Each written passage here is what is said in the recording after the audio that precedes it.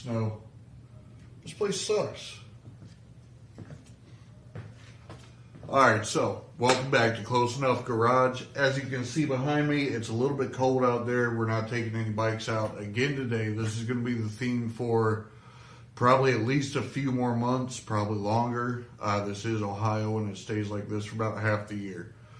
While I've got everything down, today we're going to go ahead and do the front brakes on a Honda VTX. I'm going to show you, it's a simple job that a lot of y'all out there have been taking to the mechanic, having somebody else do it.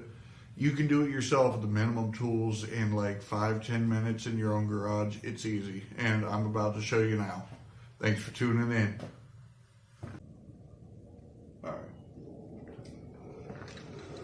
Alright, so this is one of many things around here I've been putting off for about a week. Having some bad pain days, and what that translates into is I'm sitting inside and not doing anything until the pain in my back, shoulder, and arm stop. So now we're out here. We're going to get right into this. This is pretty standard for a lot of bikes out there. There's some deviations. Some you'll have to take both bolts off and take the whole caliper off and pull the brake pads out, put new ones in. Honda made it really, really easy on these. But the first thing you're going to want to look at is your rotors. Drag your fingernail on them. It's nice and smooth. There's no grooves. They don't need replaced. They don't need turned down. Now, one thing I did run into when I bought this bike was that the rear rotor was absolutely chewed up, and the previous owner had been riding it metal on metal. So I ended up having to do a lot of work back there. Come to find out, these rotors on these VTXs are worth their weight in gold. So instead what I did was I found a shop, Napa, about 30 minutes south of here, that had a lathe with a big enough center jaw to be able to put this rotor in it and turn it down. That means they just take off a little bit of material until it's smooth and it's concentric. Now, a lot of people advise against that, but that's what this right here is for. Minimum TH thickness, 5 millimeters. It's for the thickness of the rotor here. You're not wearing that down with your brakes, and if you are, dude, you got a lot more problems going on than whether or not you need to be replacing your rotor or having it turned down or whether it's the right way to do it. That marking there is for the machinist. It's for the guy with the lathe to know that your serviceable limit is 5 millimeters thickness. Anything thinner than that, and it should be replaced. These are usually, I mean, I could throw calipers on it. This is probably 7.5 millimeters. It's quite a bit of material when you're talking about something like this. So don't go out and drop $150, $200 on a new rotor when it could cost you $20 to have it turned down. I'll get right into this here. I already started loosening it a little bit. What you're going to want to do is take your flathead screwdriver and slide it between the pad and the rotor. Just give it a little bit of a pry. You don't need a whole lot there. Just enough room to be able to create some space and create a little bit of wiggle in there and get those pistons pressed back up in how they should be. Because with these, you don't actually take the caliper off. You have one flathead dust cap there. Take that off, set it aside. I'm going to put it on my 5-gallon camera stand here. Behind there, get you up in there, you have a hex head. That's probably going to be a 5 millimeter. We'll see. Might as well just take you with me here. 5 mil. Grab a 3-inch. It's a totally average size. Put you back on my high-tech stand here.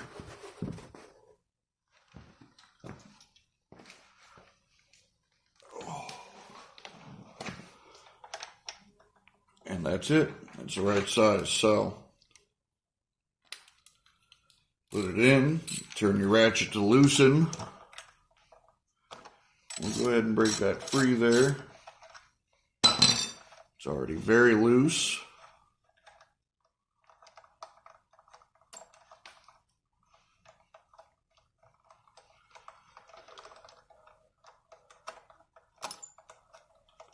Now we got that out. Pull it out. Both pads fell right out. Now these really aren't too bad. They got good thickness to them, but I've been getting a little bit of brake noise up there, so I want to go ahead and do this job anyway, make sure we get it done right. Now these ones have these squeal tabs right here. That's what makes that squeaking noise when your brakes get real low. It's the same thing that's on your car. This pad will go to the back side of the caliper.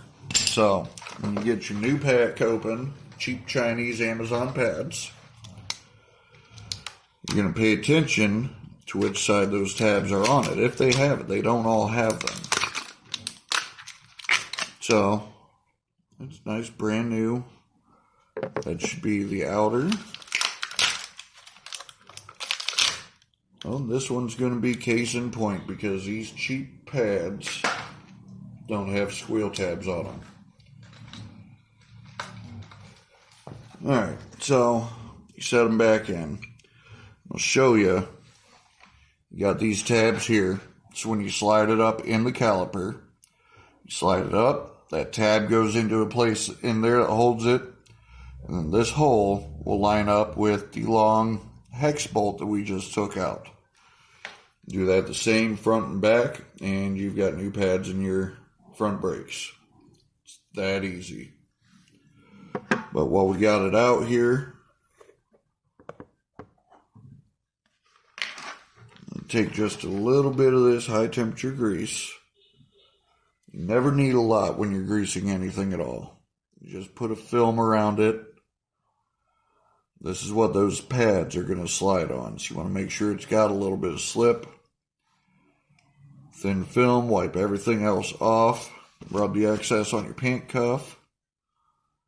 And there you go, you're ready. So we'll start reassembling this. Slide the back in first.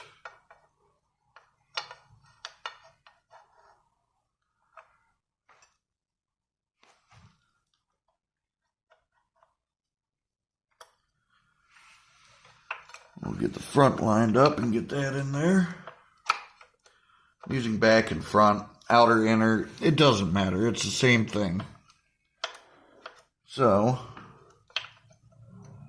get that locked up in the hardware there. Holes are lined up.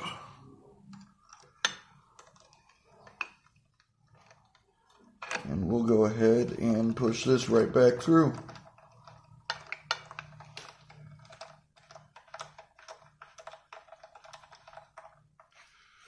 Tighten down. I'm sure there's a torque spec for this. We do German around here more often than not. That's good and tight. There we go. You're not breaking any bolts, but you are getting it locked in good. Grab your little dust cap screw.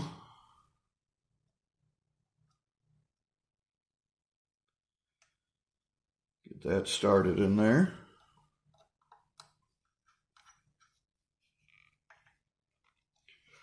And there you have it. You have brand new brake pads on the front brake of your Honda VTX. And guess what?